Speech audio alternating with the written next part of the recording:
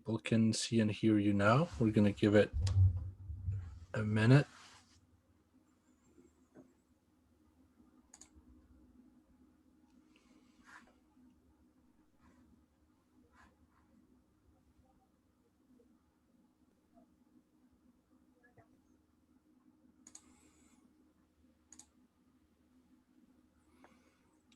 Okay, so I think we can start now.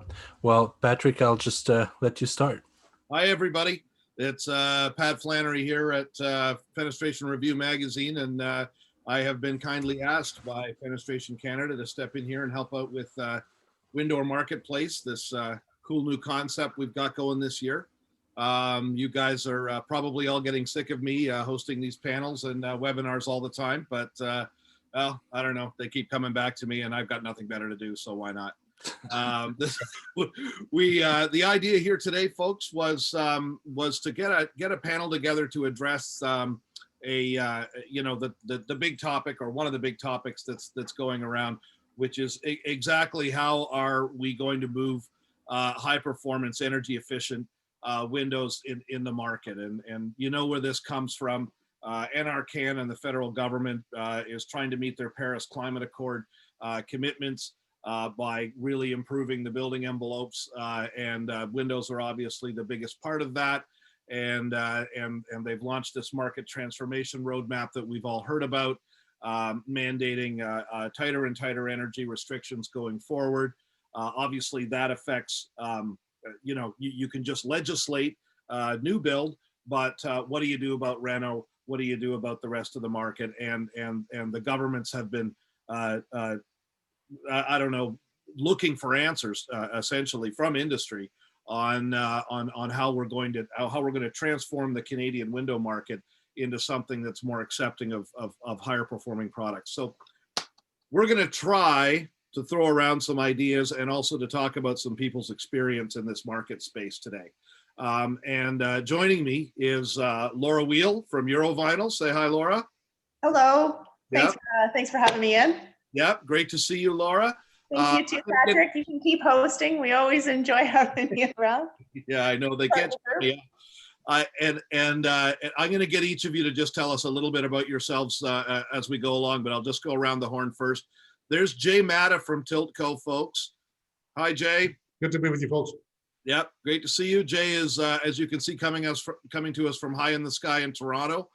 He's at his condo today because the high winds on the weekend blew over the antenna at the plant in Newmarket, and wasn't to have any internet out there. So we're all, it just 2020 just keeps coming with one thing after another. You're right. And then if you look behind, there's Cam Drew from Thermoproof, beautiful Cobble Hill, BC, except you can't really see it because it's entirely cloaked in rain, apparently. Looking out the window there. We're underwater here. The island is sinking. So, well, all the way from the west coast. It's Atlantis-like. Laura, what I was saying before we got started here was that I think, oh, and by the way, everybody, raise your hand if you have a question, if you want to actually come in and join to talk to everybody. We have that capability, I believe. Or yes, we can. Yes, we can. Thanks, Yeah. Stefan. Not Stefan, by the way, but you all know him. We also have obviously the questions panel. You can type your question in the box. I'll see it. I'll pass it along to the panelists. Folks, the more interaction we can get here, the better this is going to be. We do love to get the questions coming in. So that's going to happen. Anyways, I was saying before we started that the interesting thing is we have our panelists here represent sort of three stages in the lifespan of marketing high performance energy efficient window products. We have Cam Drew at Thermoproof is kind of just getting into this. We have Laura, who they've been doing this for now some time. I don't know, 5 or 6 years. They've been trying very hard on energy efficiency and higher performing products. And then we have Jay Madha, who really was a pioneer of high performing vinyl products going back now into the 80s and the 90s. And I'm much younger than that, by the way. What's that? I'm much younger than that. He's much, yeah, that was, you know, he was a baby when he did that. Thank you. And Tiltco was sort of one of the pioneers of operable tilt turn windows in Canada. They were one of the originals to bring that in. And Jay has then since moved. They are now doing pretty much commercial aluminum. Well, I'll let Jay tell you what they're doing these days, but it's kind of moved on. So we've got beginning, middle, and end a little bit here, and I think that makes it more interesting. So let's start at the beginning. Cam, tell us a little bit about Thermoproof and what your I guess let's focus on what your efforts are on sort of the high performance side right now. Okay, so the last little while we've been designing a new program, a new slider program that'll be a double triple for us. Currently, we just have a double pane slider, double pane casement, and a patio door that we manufacture. So it's, you know, limited amount of profiles. We're a small manufacturer, 12 to 15,000 windows a year, based here on Vancouver Island. So it was rather challenging for us as when to go into the triples, but we've been designing a new double triple slider so that we'd still be able to offer it in a double and a triple. But for our casement, we're going to keep our existing casement. It performs very well. And we've designed a new triple casement, a little wider, a little bigger, a little beefier. And they're both currently in the testing phase right now. We've been getting some tests back, and they're going through their structural performance and thermal performance as we speak. So that's where we're at here on the island. Awesome. And you also have the interesting perspective that I'm sure we'll get into of being in BC, where there is the step code and there's you know, things are sort of advanced, and I would say probably leading the thinking really across the country as far as how they're going to implement this. Laura, tell us a bit about where you guys got started with higher performing stuff, and where you're at and how it's going. Well, certainly.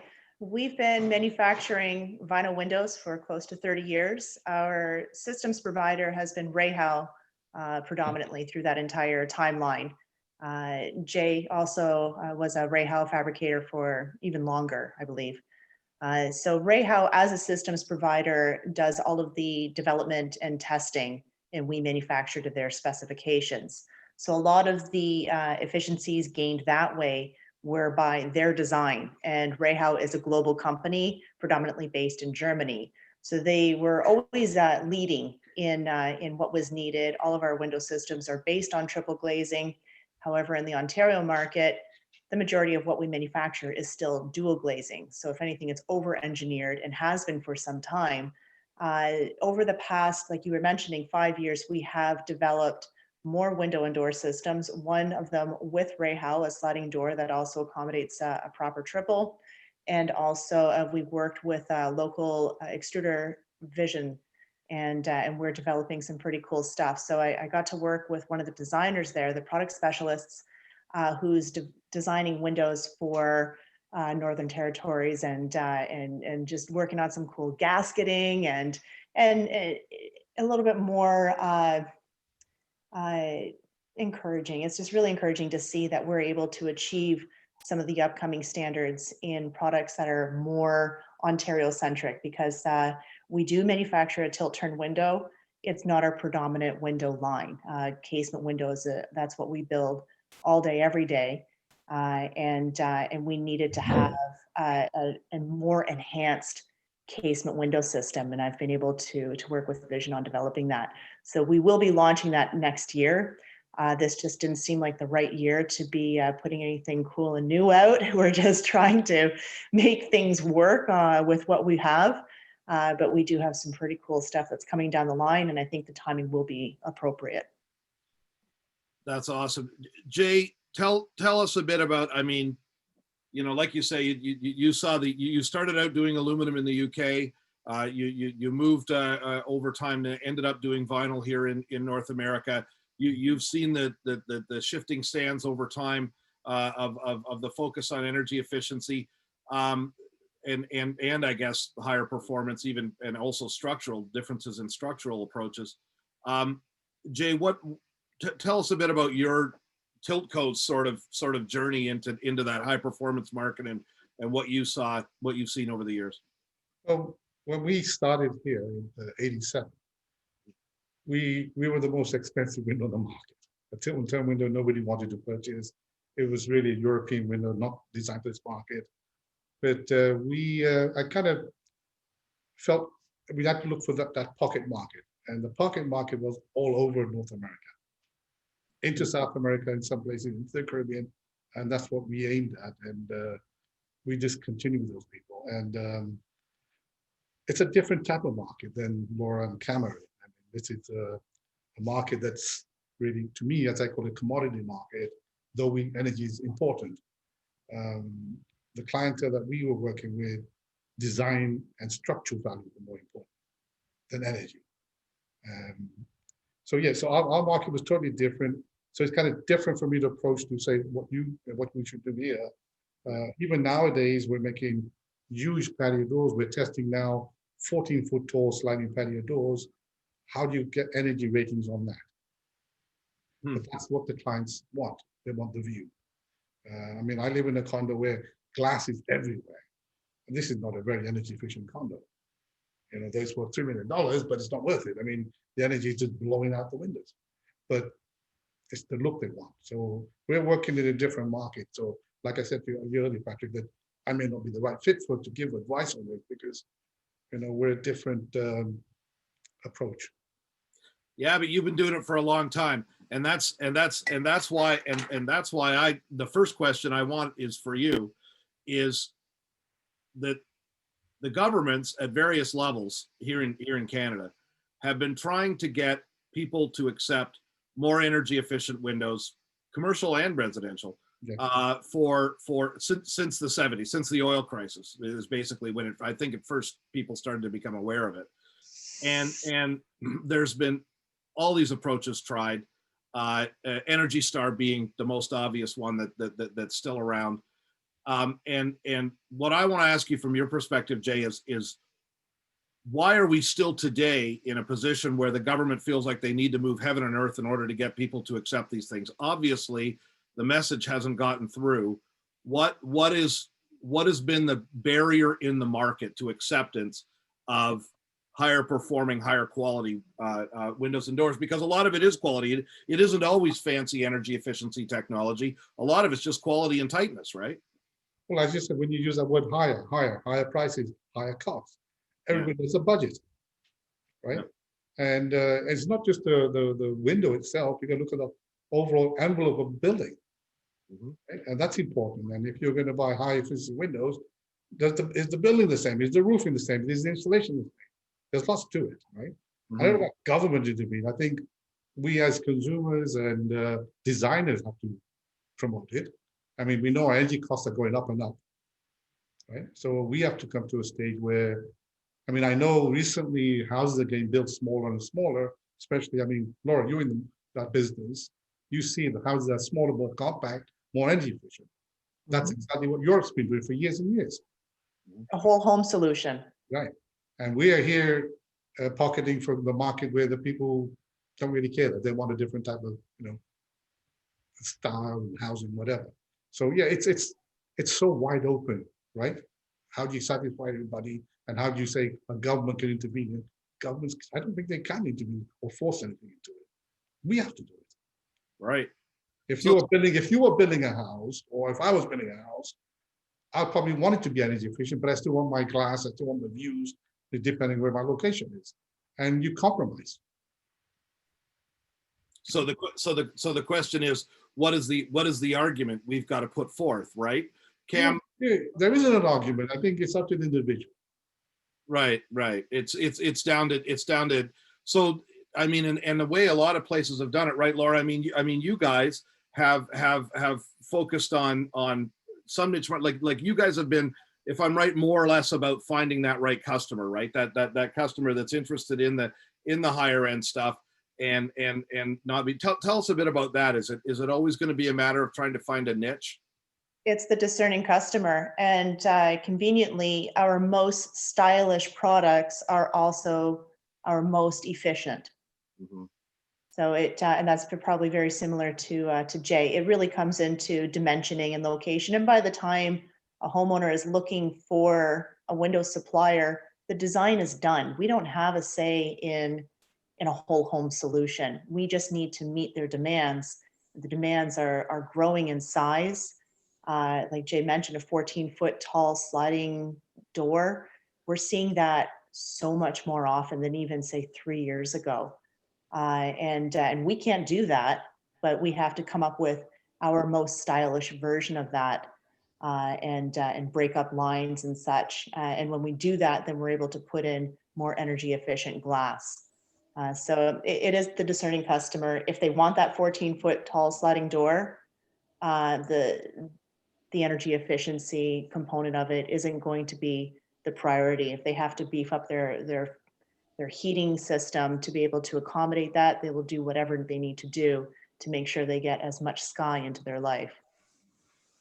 Cam, what's going to be your message when you're going out there with your new products that you've put a lot of effort into making hit the targets and probably exceed the requirements that the feds are talking about?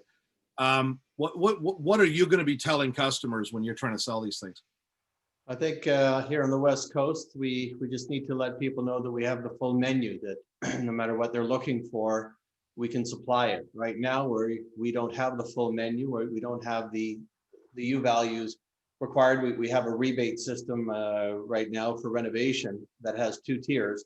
The second tier is a 1.22 U value or lower, and the government has doubled the rebate for that. And then our municipalities thrown extra money in, but unfortunately, we don't have that window yet. That's what's in testing. So I think it's getting out there and letting people know what the menu is, and then for in your conversations, it's discovery from the client as to what their goals are. I met with some clients this weekend, and right off the bat, it's a net zero home that's their goal. So I know that they're looking for the very lowest U value. Now, knowing with net zero and any of the step codes, it's still a performance path and not a prescriptive path. They can still use an I-89 glass and a low U value, but it's going to increase costs elsewhere. So anyways, it's discovery with the client, and then trying to find the right fit. Is it thermal performance, structural performance, or just design that they're looking for, or is it all of the above? Right.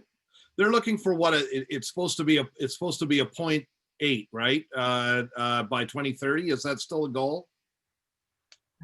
We're hearing anywhere from 1.05 to 1 to 0.8. Yeah. The final, the 0.8 is still under discussion.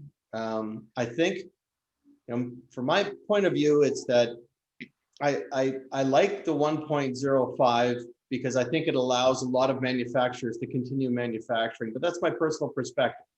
Mm-hmm. Because I know we'll meet 1.05 and we'll get lower than that. But then to push to 0.8 is where the cost curve starts to go up. Right. The consumer, and the government needs to be, in the first presentation that I was at the very first NRCan presentation when they rolled out their aspirational goals, and in their presentation they stated that they were hoping to meet the U value targets over a period of time, but also not passing along cost increase of more than 5% to the consumer. So that's no longer in their presentations, but it obviously, because it can happen. Now we can find that we can make a pretty cost-effective window at a 1.05. It's going to be more expensive than a dual pane, but still fairly cost-effective at a 1.05 or a 1.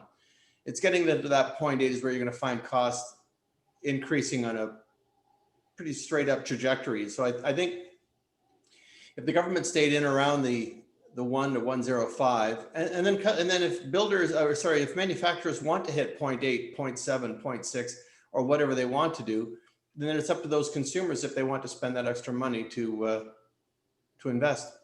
Yeah. Jay, what's your sense of the technology? I mean, you've seen some changes.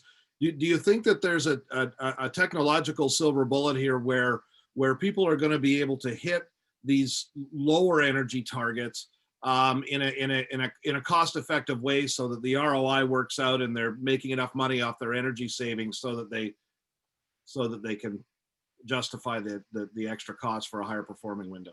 I think in North America it's kind of a challenge. It's going to be tough all the way through. I mean, we talked earlier on before we came on air about glass pricing and all that. You can be constantly chasing and chasing. You could put enough technology in to save time and cost. And then what you do, save labor, then more people are at work. I don't know. I don't think there's a real answer here. I think energy is not that big an issue. We make it do. I think what we have is quite good, right? And we just got to build better. I mean, what's the point of putting nice, expensive triple glazing into a sliding window? Sorry, Cam, I'm just the performance in a casement. Cam thinks there's a point. Right? If you're taking a performance, right, it does differ. So we got to, but we all have to be in business at the same time. And there are preference. People do want sliding windows. People want double guillotine windows.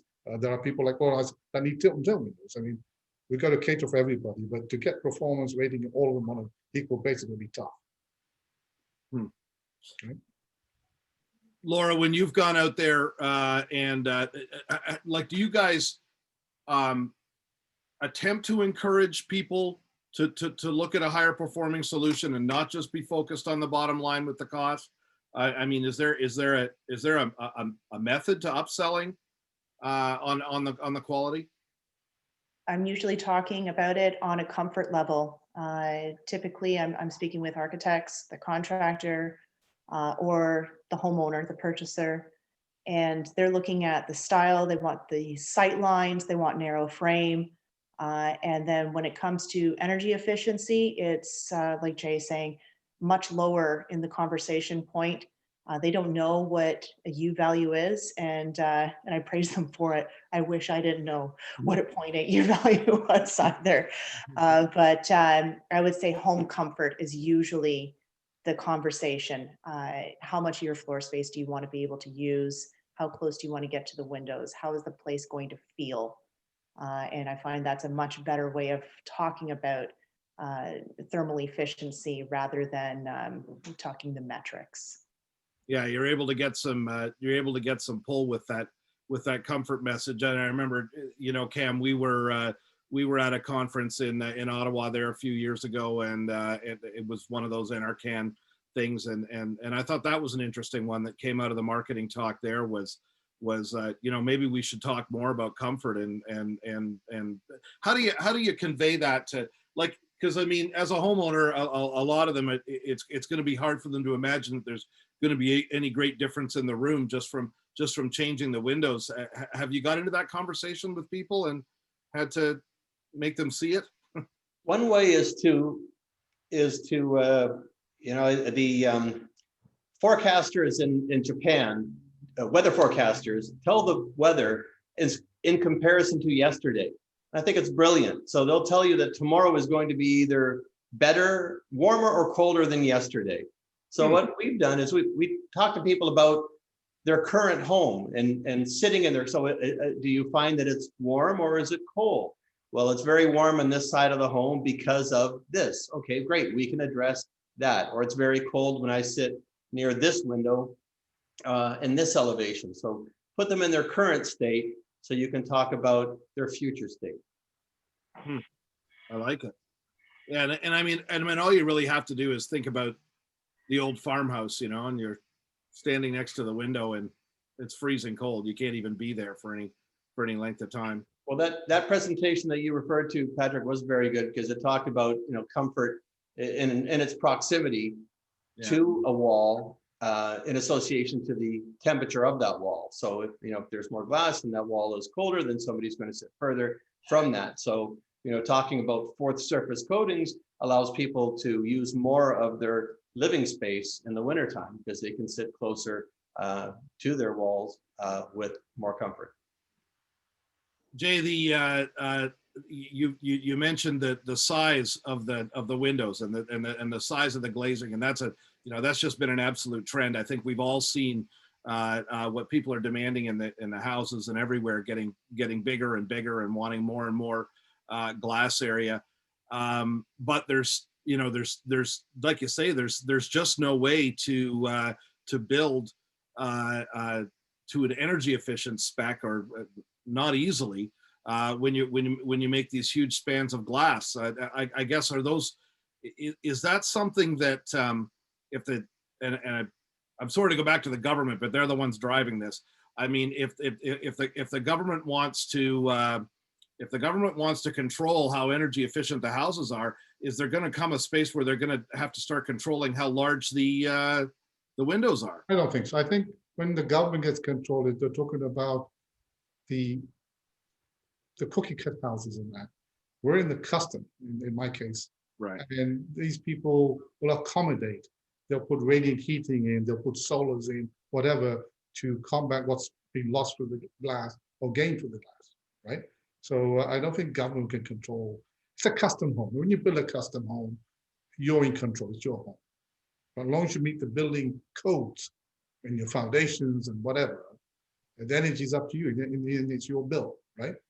Right. And I mean, these guys don't just build glass houses for the reason. They do an audit on heating and cooling.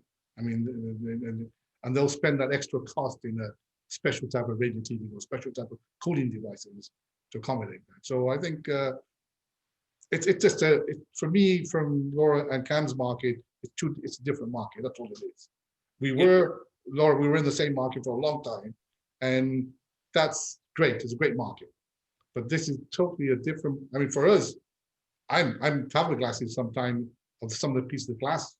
I'm gonna go. I'm living near a golf course, or something. Go, wow, yes, how are we gonna replace this glass? You know, should a golf ball hit you? But it's all, you know, programmed in. They understand it. They want it, and they're smart people as well. So, I don't think they want government to intervene in what they want to build. It's their dream. And that's one of the things that comes out of your market is that there's a lot more flexibility when you take a whole building approach on this energy stuff, right, Laura? I mean that's maybe if that becomes the focus, it's going to give the window manufacturers some relief as far as being able to offer people what they want in a product, right? Like and operable stuff and things that possibly aren't hitting all the lowest energy designs. But if they adopt a whole testing model where it's a measure of what the whole house is doing, you can make some trade-offs, right? And thankfully, BC has already endured the step code, so we can look to the West and see how it's done and what kind of conversation surrounds windows and doors compared to what it was beforehand. I'm looking forward to seeing how that works throughout the rest of the country.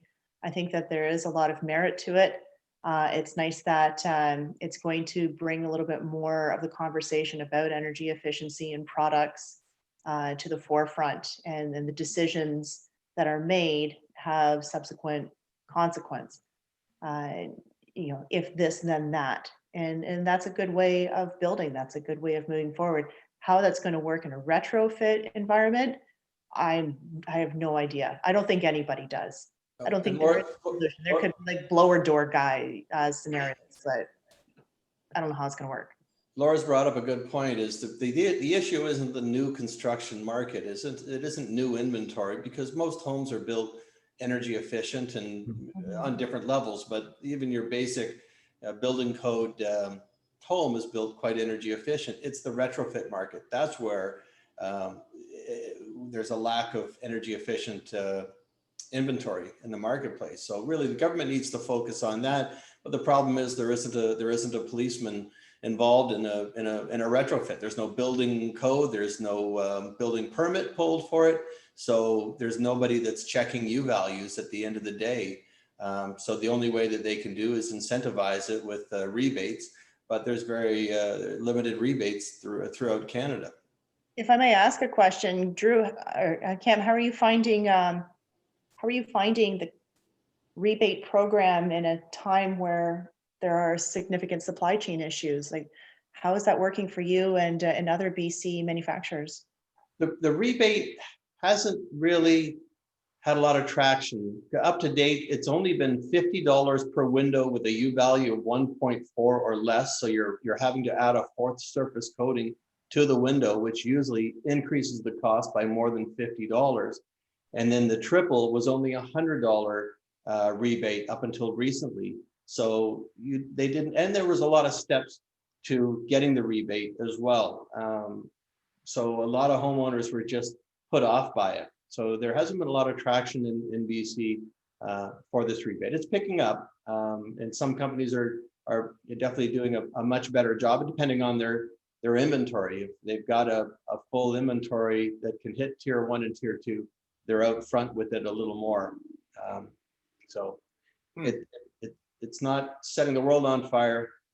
So the BC government, I sit on the Home Performance Stakeholder Council, and the goal there, it's funded by BC government, BC Hydro, and Fortis Gas, and they want to see more energy efficient retrofits throughout BC, but they're at a loss to figure out how to police it and how to manage this. It's been discussed. You've heard the old, what's been thrown around, where the every home to be sold would require an energy advisor's report, so an EnerGuide number on all inventory that's on the market. So so the homeowner wouldn't be required, or the home seller wouldn't be required to do any energy efficient retrofits, and the homeowner wouldn't be required to do any, but at least they would know what the EnerGuide number of that home is. So if you have 2 homes on the same street, one has a lower I think they want to go lower with the EnerGuide number now. It used to be higher, so let's, as soon as we get used to something, let's change it. So it's now lower, and the lower the number, the better performing the home. But I just don't know if that's ever going to fly. Well, it's the marketing question again, right? I mean, you can slap the number on the house, but I mean, unless your people are interested in it, it doesn't do much. Again, unless there's some sort of a regulation in place that you can't sell the house if it's below a certain thing. But I mean, that would never happen. That's too restrictive. Right. So Terry Adamson's in here with a comment that he sees it more in the way of people upgrading windows in order to get their offsets on the other parts of the house. So if it's a whole house thing, they can have better windows. And then he says, we see windows getting upgraded to allow offsets in thicker walls and cheaper mechanical systems, etc. He's right, but the step code, the great thing is from our industry is that an energy advisor will tell the homeowner in a new build, number 1, lead with windows. If you go with the lowest U value, best performance in your windows, you will have savings in insulation, in space heating and water heating. So so that's where the conversation tends to be getting underway. We hit glass shortages, and triple glazing is 3 times the cost, and all that. Yeah. Okay. Got another question coming in from Mahmoud. Just says, do you see a value to having windows and doors certified for thermal performance and having a sticker of approval on the products? Well, there's, Energy Star has been out there for a long time. Do customers appreciate having a stamp or approval, or is these just seen as one more set of regulations? I guess, Jay, why has Energy Star not been the answer to all of these questions, if you had to guess? Well, in the time that I've been in business in North America, there's so many changes happen so quick. It's like buying a Japanese car. A new model comes out every year, right? We need to have something in force for 4 or 5 years before we start saying, let's upgrade it now. But not every year. There's always an email coming out saying another changes we're doing, and zones are changing, or this class. We need to control it a little bit more professionally. If you look at the European formula, they have a set pattern and everybody meets it. If you beat that, it's even better. And they keep it going till somebody invents something new, and then they'll present, look, this is available. Should we look at the codes? But here it's just become, I don't know who does this, the lobbyists or the larger companies that have the deeper budgets, and we have a better wheel than they do. Let's just throw it and let's say we'll catch up to it. So hence, this is why I don't really follow it. Did you guys do Energy Star back in the day? Oh, we do. And we still do Energy Star, right? Because there are certain people who want to see that the Energy Star, and they know it's not going to meet the criteria they want in their design work. So they'll get the designers to, like I said, heating, cooling, everything else, and look at the walls and to accommodate that. When The was, right approach, I think. yeah, But I mean, if in the housing industry, the tract building or the renovation market is totally different ballgame. well, and there they can just legislate. I mean, there they can just put it in the building code or the energy You regulation. know, not the building codes works for that, but in my industry and that it doesn't work. You know? Yeah, exactly. Yeah, it's a completely, and like we're saying with the renovation market, you know, this stuff doesn't work without a level of enforcement. Behind me, all these high rises. Yeah, yeah, And exactly. the more and more condos going up, right? Everywhere. Terry wants to point out that Energy Star is not an appropriate or accurate value unless the product is the exact size and design as is listed.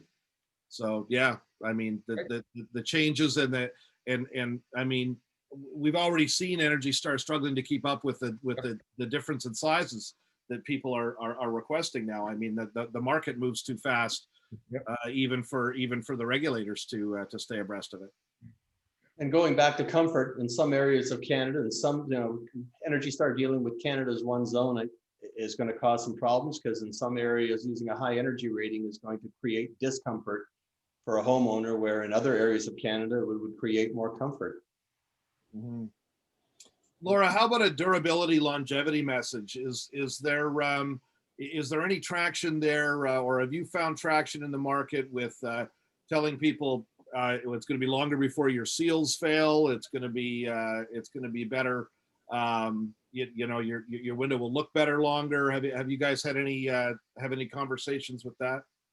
Certainly, most of our customers at the renovation retrofit market, we have two paths. Our majority path is a dealer-based network, and they're selling predominantly to a homeowner for replacement windows.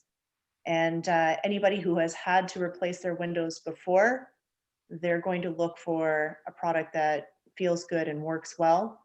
It's absolutely criminal that windows that are 3 to 6 years old are being pulled out, and that's the majority of what we're working on right now. It's horrendous. If anything could be legislated, perhaps making it so there's less landfill with glass, hardware, vinyl. It's a crime. It's an absolute crime. It's an atrocity. The cost difference from that type of product to a decent product that will last 10, 15, 20 years is negligible. It's realistic. And it's unfair to homeowners that have to replace windows that are only a few years old. So I can relate to anybody who has to endure with that, or endure that just on this type of conversation alone. It's an absolute shame. You can see and feel what a good product looks and feels like very easily. It's not that big of a difference. A casement is a casement is a casement. How many times has that been said in our industry? What's the difference? The difference is one actually lasts and the other one's going to be in the landfill in a couple of years. Open it, close it a couple of times, you're going to feel it. I remember a very similar conversation with Jay back when I interviewed him for an article we did. Well, God, it must have been close to 10 years ago now. Ages. Yeah, and you were on the same message. You couldn't believe that people would buy some of the stuff that was out there when there were so much better options and really not for that much more money, right? That's right. But that market is almost pretty similar price range. Just a preference. Yeah. It's just an Energy Star certified product too, and that's where it really falters. Like you said, you can see the difference in the quality when you feel it, and you see it, right? That's what it's all about. Not knocking hardware and stuff, but most casement hardware, the similar hardware by a few companies, if they're put on right into a right product, it lasts, right? It's just like the old saying, when you take my car and you probably get 20 to the kilometers out of it. And when I drive, I'm going to get 50 to the kilometer. It's just a preference how that company's built it, right? So Laura, in our case, there were a lot of rail fabricators, weren't there? I'm sorry? A lot of rail fabricators. Yes. How many are around? Us. Yeah, Okay. So that's And what how we're many about as service well. people we have out there? Professionals that want to build quality and make it a business and service their clientele. Yeah, built it properly the first time. You got it. No taking shortcuts. You know? well, and that's kind of it. It's a tough lift. It's been a tough lift in the Canadian market. I think it's a tough lift also in the American market to get mass acceptance of better stuff. And you know, I guess that was the impetus for this whole thing is you know, how do you move? How do you get? Well, let me ask you this, Jay. Europe, right, has higher performing stuff. That's where we get all that. That's where we get all the higher performing designs, higher durability, high energy efficiency, more expensive. They buy it there. Why won't we buy it here? Because I think you'll find fabricators in Europe pride themselves in producing a product. There you go. It's not just a business, it's a reputation, it's a name. Hence, some of the companies use their own personal name as a brand. Right. Okay, Right. that's important. Here, we're kind of a marketing company. We're kind of in North America. When I came to this country in '87 to set up our businesses, I realized that people don't live in their houses long enough. It's a way of making an income. They flip it, even to today. Right? So they didn't really care. Long as cosmetic looked good, it was function, and that's it. But I mean, nowadays, I think people are, the smarter ones are really building something that they want to live in and enjoy, you know, and especially the certain category of age. That's why you got subdivision homes, right? First time buyers, as they call it. And hence the marketing is for that. And then the government rulings and Energy Stars and what represents that. It's not the market that, you know, we're in any case. But that's why I find Europeans just like branding. They like quality, precision. You pay a little bit more, but it works day in, day out. We still buy screws from Europe and not here. Metric screws, we won't buy it in this country. Yeah, well, if the furniture I build is any indication, you don't want Chinese screws, that's for sure. There you go. Also, higher energy costs will drive that as well. That's true. Well, high energy costs are in Europe are quite high. Look at gasoline prices. They're 3 times the price over there. Yeah. Hence, they drive more economical cars. Right?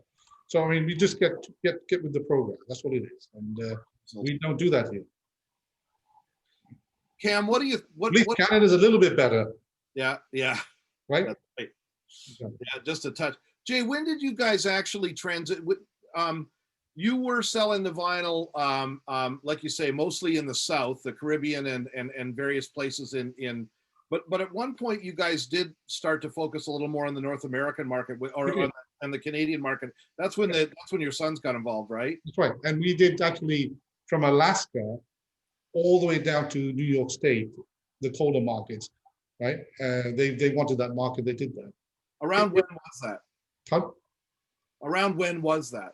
Out in the last, probably, we've been doing aluminum now for 5 years now, 6 years, right? Right. But we still had the PVC going. And I think it's only probably 4 years ago we actually decided that we want to quit PVC. Right. And it's because, and most of it's because of the size. The demand for size, we could not make it in PVC. Right. And our suppliers, Lord knows, had made it very complicated. So we said, no, we want to make it uncomplicated for our clientele as well. So, yes. Yeah, I remember those, Tell me more. yeah. And Laura's finding it complicated every day. So let's go around the horn with this one. Cam, is NRCan's market transformation effort doomed? Or is it something that can actually happen where we somehow move the Canadian market to being routinely looking for higher quality, higher energy efficiency product, like the Europeans do? Big question. You know, what I'm finding in all of these webinars is that the answers tend to always be from the perspective of the manufacturer. And I'm to blame as well. I'll tell you the answer so it fits and allows my company to for one, to stay in business, and two, to grow. So I'm going to try to always fit that answer so that I can see that we'll have our place in the market. And you may get a different answer from somebody who's, talk to somebody who's already delivering a 0.8, and they may feel that that's the number we all need to be at, and we need to be there now. But they've got the product. I understand that. And then you've got others that may struggle to get, could really find a struggle getting to a more energy efficient product. And I also get the pull from my, we do more than half of our businesses to the renovation industry. And they want that, they still want a clear slider. They don't understand, some of them still don't understand why we have to put all that low E on there.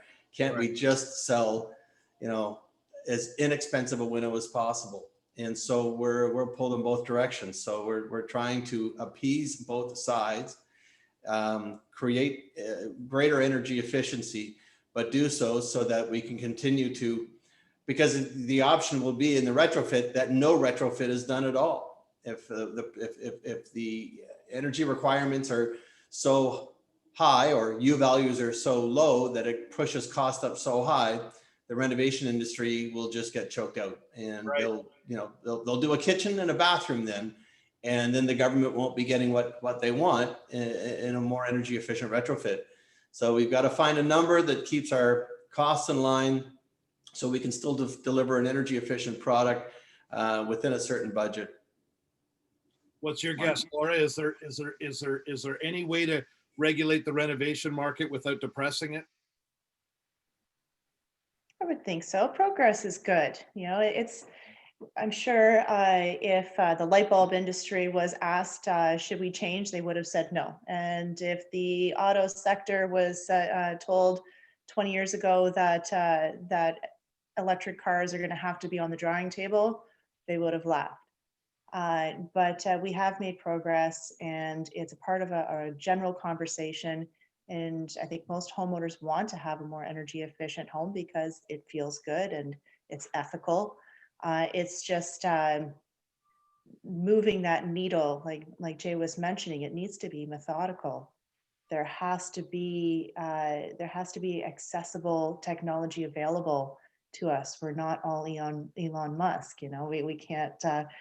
We can't make it all happen. I think as our industry changes as a whole and smaller manufacturers are bought up by larger buying groups, there's going to be a lot more money available to our industry to meet those targets. So I think those changes will help align and create a retrofit program that is attainable and realistic.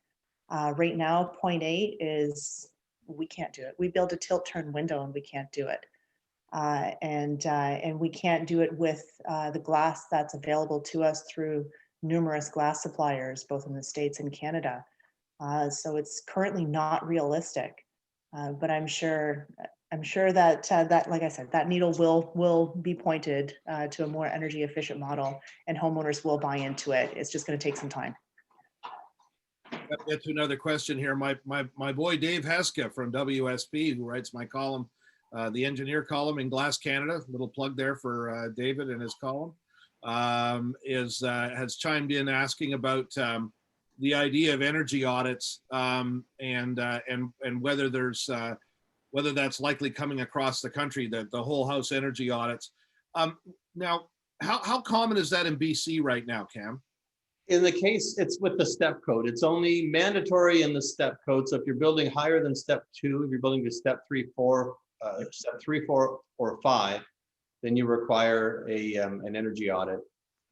And where often you're asked to do that is if you've been looking for some dispensation. If you're looking for something outside of the when rezoning a piece of property, then you may be asked to build to higher step code, and therefore you need an energy advisor. So yeah, the people I talked to on Saturday, they were working with their energy advisor. It was their personal goal to hit net zero. So that's where the energy advisor came in for them. But a couple builders that we're supplying to right now About 3 or 4 of them are all being required to build to step 3 of the building code.